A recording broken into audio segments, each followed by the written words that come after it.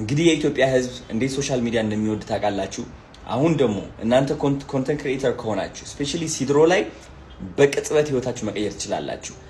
በዝቅተኛው ጊዜ በ7 ቀን ውስጥ ብቻ ፎሎወራችሁን አሳድጋችሁ ህይወታችሁ በአጠቃላይ መቀየር ትችላላችሁ ማለት ነው። እሱን ኢትዮጵያ ውስጥም ከኢትዮጵያ ውጭ ያላችሁ ዳውንሎድ አደረክ ማለት መረጃዎችህን በሙሉ ኢንሳ ሃክ ያደርገዋል ማለት ነው። ለአደጋ ነው ራስን የምታጋልጠው። እያንዳንዱ መረጃህን ኦልሬዲ ኢንሳ እጅ ይገባል። ሲድሮ የሚባል አፕ ዳውንሎድ እንዳታረጉ። ካሜራ ካንሰር ያስይዛል። ረጅም ሰዓት ካሜራ ፊት ለፊት መቆም ለካንሰር ያጋልጣል። ሰላም እንዴት ናችሁ? ጻድቃን ነኝ ከኢማም ሚዲያ። እንኳን ወደ ኢማም ሚዲያ በሰላም መጣችሁ። ሰብስክራይብ ያላደረጋችሁ ቤተሰቦቻችን ሰብስክራይብ በማድረግ ቤተሰብ እንድትሆኑ በዚህ አጋጣሚ ጠይቃችኋለሁ። እንዲሁም ደግሞ እንግዲህ ይህን ቪዲዮ ከወደዳችሁት ላይክ አድርጉ። ሰሞኑን እንግዲህ በዚህ አፕሊኬሽን ለብዙዎቹ እየተነጋገሩ ይገኛሉ። እኔ በዚህ አፕሊኬሽን ጉዳይ አንድ ሀሳብ እሰጣለሁ። እናንተ ደግሞ የተሰማችሁን ሀሳብ ኮሜንት ላይ እንድታሳውቁኝ በዚህ አጋጣሚ ጠይቃችኋለሁ። እንግዲህ ይህ ሀሳብ ደግሞ ደስ ካላችሁና ከተመቻችሁ ለሌሎቹ እንዲያዩት ሼር ማድረግ ብቻ ነው። እዚህ ሁሉ ነገር መነሻ እንግዲህ አንዲት ማስታወቂያ ነች፣ የአዶናይ ማስታወቂያ። እስኪ አዶናይ ያስተዋወቅበትን መንገድ እንየውና እንዲሁም ደግሞ ማስታወቂያውንም አንድ ላይ እንያትና ወይም ይሄ ቪዲዮ ማለት ነው አንድ ላይ አይተን እንመለሳለን። አዲሱ ባለቤት አቶ አዶናይ ብላችሁ ጥሩኝ። ሲድሮ አፕ ይዘን ወደ ኢትዮጵያ መጥተናል። የብዙ ወጣቶች ህይወት የሚቀይር አዲሱ የኢትዮጵያን ቲክቶክ ሲድሮ ተብሎ ይጠራል። ዛሬ ልናስመርቀው ነው በተአምረኛ ሁኔታ። እንደምትመለከቱት የአፕሊኬሽን የብዙ ወጣቶች ህይወት መቀየር የሚችል አፕሊኬሽን ነው። ሲድሮ ምንድነው? ኦልሞስት ቲክቶክ ነው ጋይስ። እውነት ለመናገር ከቲክቶክም የበለጠ ለሀበሾች ተብሎ የተሰራ ብዙ ኮንተንት ክሪኤተሮች ቲክቶክ ላይ ቪዲዮ ሲሰሩ ክፍያ የላቸውም። ኢቭን 1 ሚሊዮን ይዞ በገንዘብ የሚቸገሩ በጣም ብዙ ቲክቶከሮች አሉ። ሲድሮ ላይ ግን ያ መሆን አይችልም። በብር መከፈል ትችላላችሁ፣ በዶላር መከፈል ትችላላችሁ። እንግዲህ የኢትዮጵያ ህዝብ እንዴት ሶሻል ሚዲያ እንደሚወድ ታውቃላችሁ። አሁን ደግሞ እናንተ ኮንተንት ክሪኤተር ከሆናችሁ ስፔሻሊ ሲድሮ ላይ በቅጽበት ህይወታችሁ መቀየር ትችላላችሁ። በዝቅተኛው ጊዜ በ7 ቀን ውስጥ ብቻ ፎሎወራችሁን አሳድጋችሁ ህይወታችሁ በአጠቃላይ መቀየር ትችላላችሁ ማለት ነው። ሚሊዮነር የምትሆንበት አዲሱ መንገድ ሲድሮ ተብሎ ይጠራል። ለሚሊዮኖች ወጣቶች ሚሊዮነሮች ለማድረግ ሲድሮ አፕ ይዘን መጥተናል። እኔ እንግዲህ የሲድሮ አፕ ባለቤት ነኝ። በጣም ደስ ብሎኛል። እግዚአብሔር የተመሰገነ ይሁን። ይህ ፖስት ካርዱ ነው። በጣም ነው ደስ የሚለው። ዛሬ ትልቅ ኢቨንት አለን። ቭሎግ አደርጋለሁ ጋይስ፣ ጠብቁኝ። ይህ ደግሞ ያሰራ ነው ቲሸርት ነው። የሚገርም መርች አለ። ሲድሮ you got the logo here. even የስልክ ስቲከሮችም አሉን። በጣም ተአምር ይዘንላችሁ ነው የመጣ ነው። ሲድሮ ዋተር ቦትል። እንግዲህ እነዚህ ነገሮች ጊቫዌይ ይሰጣለሁ ጋይስ፣ ጠብቁ። ኮሜንት ላይ ጻፉልኝ ጊቫዌይ ፈልጋለሁ ብላችሁ። እኛ እየሰራን ያለ ነው፣ እናንተም እንድትሰሩ ፈልጋለሁ። ግን ደግሞ ቪዲዮ መፖስት ብቻ ሳይሆን ሀብታም እንድትሆኑ ፈልጋለሁ። ቪዲዮ እየደነሳችሁ ቪዲዮ ለቃችሁ ሰው ወዷችሁ ብር ቲፕ እንዲያደርጋችሁ ፈልጋለሁ። ልክ እንደ ቲክቶክ ማለት ነው። ናይስ 10 ብር ቲፕ፣ ናይስ 50 ብር ቲፕ። ለአንድ ሰው 10 ብር ያን ያህል ብዙ አይደለችም። ግን ደግሞ 5000 ተከታዮች ካሏችሁ ከነዚህ 5000 ሰዎች 2000 ተከታዮች 10 ብር ከሰጧችሁ እና ጊፍት ካደረጓችሁ ከዚህ በላይ ምን አለ? ስለዚህ ቲክቶክ ላይ ምን ትሰራላችሁ? ወደ ሲድሮ አፕ ኑና ህይወታችሁ ቀይሩ። እወዳችኋለሁ። ኦኬ፣ እንግዲህ ይሄ ቪዲዮ ነው መነጋገር የነበረው። በጣም ብዙ ሰው በተለያየ ሶሻል ሚዲያ ላይ እንዲሁም አንዳንድ ሰው እንደውም ፌስቡክ ላይ በተደጋጋሚ ቲክቶክ ደግሞ ሲድሮ ብላችሁ ቼክ ብታደርጉ በዚህ ቪዲዮ ዙሪያ የተሰራ ማአት ቪዲዮ፣ ማአት አይዲያዎች፣ ማአት ሀሳቦች እንዲሁም ደግሞ የተለያየ እኔ እንደውም በጣም የገረመኝ አንድ ቪዲዮ አሳያችኋለሁ። በጣም ተናድጃለሁ። ምክንያቱም አንዳንድ ጊዜ ይሄ ምን የሚባል ነገር አለ መሰላችሁ፣ የሆነ አይዲያን ወይም ደግሞ አንዳንድ ሰው ምን አይነት ነገር አለው በሳይኮሎጂ ላይ ወይም የሳይኮሎጂ ተማሪዎች ታውቁታላችሁ ይሄን ነገር፣ ፕሮጀክሽን የሚባል ነገር አለ። ፕሮጀክሽን ማለት አንድ ሰው የራሱን ሀሳብ አንተ ላይ ማየት ሲፈልግ ወይም ደግሞ ውስጡ ያለውን አመለካከት አንተ ላይ ተጽዕኖ እንዲያደርግ ወይም ደግሞ አንተ የሱን አመለካከት ብቻ እንድትከተል የሚፈልግ ሰው እንዲህ አይነት ሁኔታ ውስጥ ያለ ሰው ፕሮጀክት ማድረግ ይፈልጋል። እናንተ ላይ ያንን ነገር ማንጸባረቅ ይፈልጋል። ከምን አንጻር ነው እንደዚህ ያልከው ካላችሁኝ፣ ምክንያት ይሄን ሐሳብ እንግዲህ አሁን ያያችሁትን ማስታወቂያ በተለያየ መንገድ ስላየሁት ነው።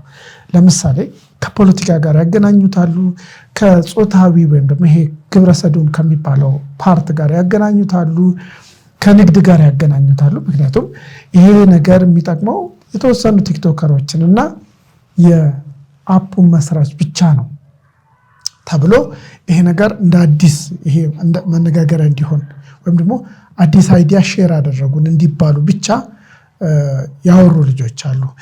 እንዲሁም ደግሞ ሐሳቡን ኮምፕሊትሊ ቅድም እንዳልኳችሁ ከፖለቲካ ጋር ያገናኙታሉ። እስኪ የፖለቲካውን እንየውና ምክንያቱም እኔ ስላልመሰለኝ ነው። ቪዲዮን እንየውና እንመለስ። ይህንን የሚሰማ በሙሉ ሼር እንዲያደርገው ትልቅ ማስጠንቀቂያ ነው። አዶናይን ኢንሳ የደህንነት ኢትዮጵያ ውስጥ ያለው ኢንሳ አስገድዶታል። ምን ብሎ? ሲድሮ የሚባል አፕ አስተዋውቅ ብለውት ነው። ሲድሮ በኢንሳ የደህንነትና በቻይናዎች የተሰራ አፕ ነው። እሱን ኢትዮጵያ ውስጥም ከኢትዮጵያ ውጭ ያላችሁ ዳውንሎድ አደረግክ ማለት መረጃዎችህን በሙሉ ኢንሳ ሀክ ያደርገዋል ማለት ነው። ለአደጋ ነው ራስን የምታጋልጠው። እያንዳንዱ መረጃህን ኦልሬዲ ኢንሳ እጅ ይገባል። ሲድሮ የሚባል አፕ ዳውንሎድ እንዳታረጉ። አዶናይ ምንም ማድረግ አልቻለም፣ አይችልም። ካስፈር ልክ ከዚህ በፊት 15 ሚሊዮን ለትግራይ ሰበሰበ፣ በድርቅ ለተጎዱ ለአደጋ መከላከል ዝግጁነት ስጥ አሉት፣ ሰጠ። ምንም ማድረግ አይችልም። አሁንም አዶናይ መጥፎ ነው አይደለም፣ አድርግ ብለውታል፣ እያስተዋወቀ ነው። እኛ ግን ሾልኮ በደረሰን መረጃ እሱን ዳውንሎድ አደረግክ ማለት ራስን ቅርቃር ላይ መረጃህን አደጋ ላይ ነው የምትከተው። ዳውንሎድ እንዳታረጉ ተጠንቀቁ ለማለት ነው። እንግዲህ እንዳያችሁት ነው ሾልኮ የወጣ መረጃ ብሎ ነው ያጋራው። እኔ ያልተመቸኝ ነገር ምንድን ነው? ለምሳሌ እርግጠኛው ነው የሚናገሩ ሰዎች ደስ አይሉኝም። ባልተረጋገጠ ነገር ላይ ይህን ነገር ወይ ከኢንሳ የሆነ ፍንጭ መስማት አለብን፣ ወይ ደግሞ ከአዶናይ ወይም ደግሞ ከሲድሮ አመራሮች ወይም ደግሞ ይህን ነገር ሲድሮ ወጥቶ እንዲህ ነው ማለት አለበት ብያም አስባለሁ። የሲድሮ ማኔጀር ወጥቶ ከኢንሳ ጋር ነው መሰራው፣ አዶናይ እንደ ማስታወቂያ ባለሙያ እየተጠቀምንበት ነው ካለ ቢያንስ ይጠጋጋል። ይሲ እኛን ሀክ ሊያደርጉ ነው ብለን እናስባለን። ሁለተኛ ነገር ኢንሳ በዚህን ያህል ደረጃ ወደ ታች ወርዶ በአንድ አፕሊኬሽን ሀክ የሚያደርግበት ምን አይነት ችግር ውስጥ ቢገባ ነው? ኢንሳ እንኳን ኢንሳ አይደለም ሲአይኤ እንኳን ቢፈልግ የኔን መረጃ ሙሉ እዛው አሜሪካ ተቀምጦ እዚህ ያለውን ነገር የሚካሄደውን ነገር ሁሉ ጠንቅቆ ያውቃል ብዬ እርግጠኛ ነኝ። ጠንቅቆ ማግኘት ይችላል የኔን መረጃ እንኳን ኢንሳ አይደለም ማለት ነው።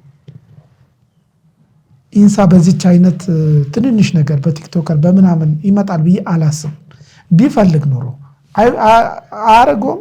ይህን ያህል የሀገርን ትልልቅ ሚስጥሮችን የያዘ አንድ ካምፓኒ ወይም የሀገር ውስጥ ቢሮ በዚህን ያህል ደረጃ ወርዶ ከአንድ ቲክቶከር ጋር ተመሳጥሮ ህዝቡን ቢፈልግም እንደዚህ አይነት ነገር ቢፈልግ እንኳን በእንዲህ አይነት መንገድ ይሄዳል ብዬ አላስብም። ይሄ የኔ አመለካከት ነው። የእናንተን አመለካከት ወይም የእናንተን ሀሳብ ደግሞ ኮሜንት ላይ አሳውቁኝ። ሁለተኛ ነገር ከተለያየ ምናልባት የሕክምና ባለሙያዎች ታውቁታላችሁ፣ ሲንድሮም የሚባል ነገር አለ።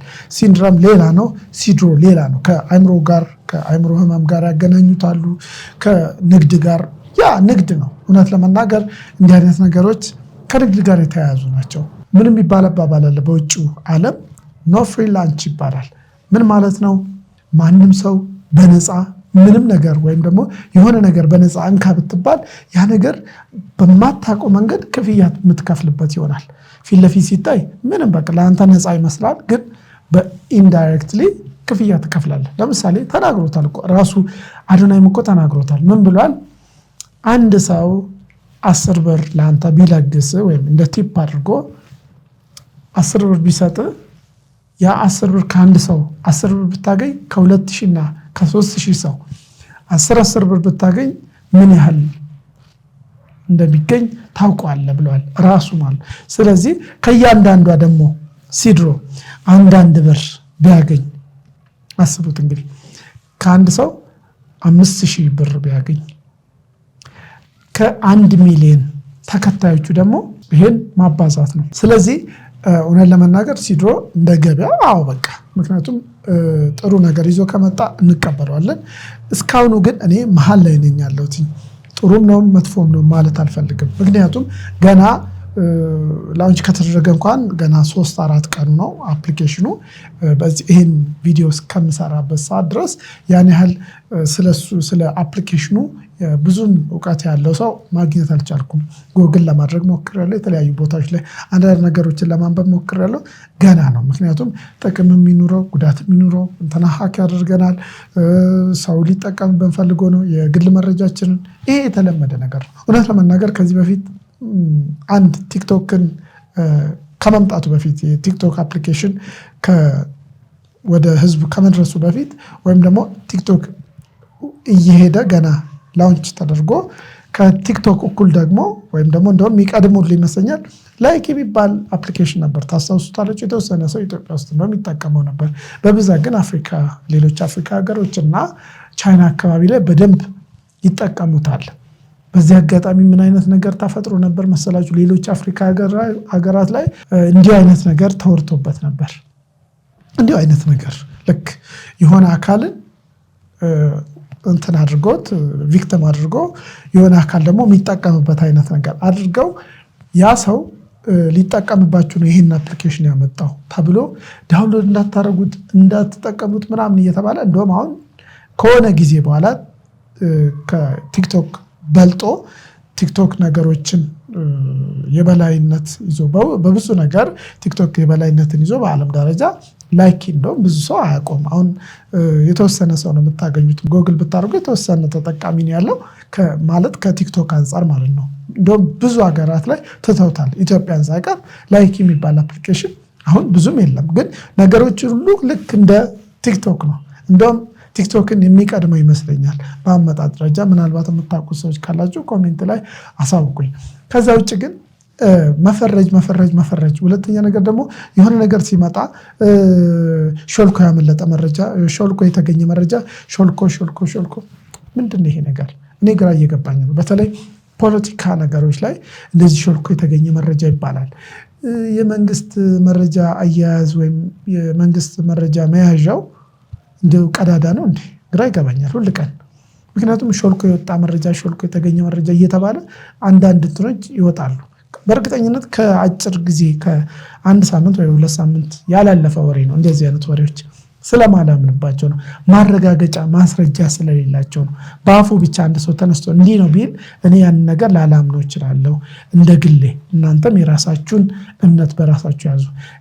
ከዛ ውጭ ግን ለምሳሌ ከመሬት ተነስቼ የምቀረጽበት ካሜራ የሆነ ካንሰር ያመጣል ብል ካሜራ ካንሰር ያመጣል የሚል ወሬ በየቦታው ቢሰራጭ ወይም ለጓደኞቼ የምርም ደግሞ ሄጄ ተናግሬ ቢሆን ጓደኛዬን እጅ አሳስቸው ካሜራ እኮ አንተ ካንሰር ያስይዛል፣ ካሜራ ካንሰር ያስይዛል፣ ረጅም ሰዓት ካሜራ ፊት ለፊት መቆም ለካንሰር ያጋልጣል ብል እውነት ያን ነገር ሰው አያምንም? የተወሰነ ሰው ያምናል። ቢያንስ የተወሰነ ሰው ያንን ነገር ተጠራጥሮም ቢሆን ይይዟል። ግን የተጠራጠራትን ለጓደኛው ይናገራል፣ ያም ጓደኛው ለአንዱ ይናገራል። ውሸት በተደጋገመ ቁጥር ወደ እውነትነት እየቀረበ ይሄዳል። ግን በፍጹም እውነት አይሆንም። አንድ ቀን ግን እውነቱን እናውቀዋለን። ለምሳሌ አንድ አፕሊኬሽን ነበር የሆነ የዛሬ ዓመት አካባቢ በጣም ሲሰራጭ ነበር። የተለያየ ነገር ተወርቶበታል። ፖፖ ይባላል። አሮን ነው አሁን ያለበትን ሁኔታ አላውቀውም። ሴፉ ፋንታውን ሾው ላይ ሁሉ ሳይቀር የተለያዩ ሞዴሎች አርቲስቶች እየመጡ ሲያስተዋውቁት ነበር። አሁን ላይ ቀዝቀዝ ብሏል። መጀመሪያ ሲመጣ ግን እውነትም ደግሞ ፖፖ ከወንድ ይልቅ ለሴቶች የተመቻቸ ነው ተብሏል። አዎ ሴትን ፊትን ስካን አድርጎ ምናምን ረጅም ሰዓት ቁጭ ማለት፣ ረጅም ሰዓት ስክሪን ለማፍጠጥ፣ ረጅም ሰዓት የሆነ ጌሞችን መጫወት፣ ረጅም ሰዓት ማውራት፣ ረጅም ሰዓት ከስክሪን አለመለየትን ይፈልጋል። በትንሹ 2 ሰዓት እንደው በትንሹ በቀን 2 ሰዓት። ከዛ በላይ ግን ቁጭ ማለት የቻለ ሰው ደግሞ የተሻለ ነው የሚሆነው። እንዲህ አይነት አፕሊኬሽኖች እንግዲህ ሴቶችን ለመሰለል ነው፣ ለተለያየ ጉዳይ የሚያውል ነው። ስሙን አልጠራውም። ስለዚህ እንዲህ አይነት ነገሮች ነበሩ። አሁንስ ያ ነገር አለ? እንደ ፖፖንስ የሚያስታውስ አንድ ሰው እንኳን አለ አሁን በዚህ ሰዓት ተረሳ አይደለም። ጉዳትም ያምጣ ጉዳትም አያምጣ ይጥቀመንም ይጉዳንም በጊዜ ሂደት የምናየው ይሆናል። እኔ የኔ ሀሳብ ነው። በዚህ አጋጣሚ ግን እኔ እውነት ለመናገር ሲድሮን ቀድሜ የተወሰኑ ቲክቶከሮች እንደ ማስታወቂያ በአጭር ቪዲዮ ለማየት ሞክሬያለሁ። የሆነ ቪዲዮዎችን ለማየት ሞክሬያለሁ የተለያዩ ቲክቶከሮች ግን ያን ያህል ልክ አሁን እንደሚወራለት አልሆነም። አሁን ግን የምርቃቱም ስለሆነ ኢቨንትም ስለነበረው ሁለተኛ አዶናይም ሞቅ አድርጎ ስላስተዋወቀው ባለቤትነቱ የኔ ነው ምናምን እያለ ሲያስተዋወቅ ብዙ ሰው ወደ ጥርጣሬ መግባት ጀመረ። አንደኛ ምን ያህል አቅም ቢኖረው ነው በአንድ ጊዜ አንድ ትልቅ እንግዲህ አንድ አፕሊኬሽን ማለት ቀላል ነገር አይደለም። ሞባይል ላይ ጭነን ስናየው ቀላል ነገር ሊመስል ይችላል፣ ግን በጣም ከባድ ነገር ነው። ምክንያቱም ብዙ ስራዎች ይጠበቁበታል፣ ብዙ ገንዘብ ያስፈልገዋል። እኛ በቀላሉ ዳውንሎድ አድርገን ብቻ ስለጫኑ እንደው ለኛ ቀላል ትመስላለች፣ ግን በቢሮ ደረጃ በጣም ብዙ የሰው ኃይል የሚፈልግ በጣም ብዙ ገንዘብ የሚፈልግ በጣም ብዙ ኮኔክሽን የሚፈልግ ስለዚህ ከፍቃድም አንፃር ከብዙ ነገር አንፃር እንግዲህ በጣም የተማሩ ሰዎችን በዛ ጉዳይ ላይ መኖር አለባቸው ብዬ አምናለሁ። ምናልባት በጉግል አድርጋችሁ ማየት ትችላላችሁ። የቲክቶክን የቢሮ ሁኔታ ብታዩት በጣም ነው የምትገረሙበት። የዩቲዩብን ቢሮ ብታዩት በጣም ነው የምትገረሙበት። እንግዲህ ሲድሮን በዛ ደረጃ መጣው ነው የሚለው በተለይ በቲክቶክ ደረጃ እንግዲህ ይሄንን አሸንፎ ማውጣት የቲክቶኩን ገበያ አሸንፎ ለመውጣት በጣም የሚከብደው ይመስለኛል። እንግዲህ እኔ የደረሰኝ መረጃ ይሄን ይመስላል። እናንተ ደግሞ የሚሰማችሁና ያሰባችሁት ነገር ካለ ብታጋሩኝ ደስ ይለኛል። አብራችሁ ስለነበራችሁ በጣም አመሰግናችኋለሁ። ሰብስክራይብ እና ላይክ እንዳይረሳ። አመሰግናችኋለሁ።